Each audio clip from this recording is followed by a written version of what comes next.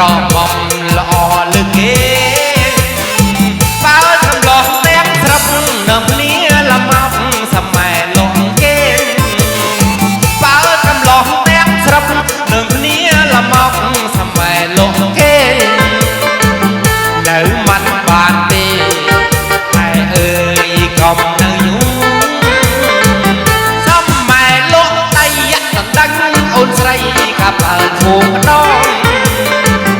សម័យលោកដៃយ៉ាក់ដណ្ដឹងអូនស្រីកាប់អើធូរម្ដង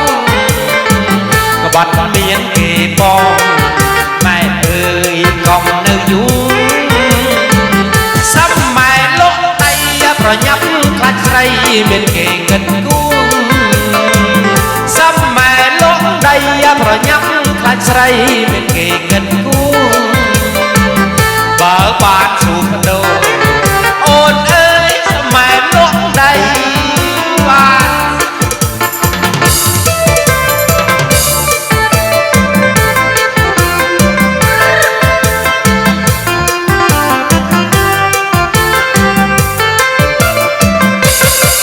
បាទសូមអរគុណចា៎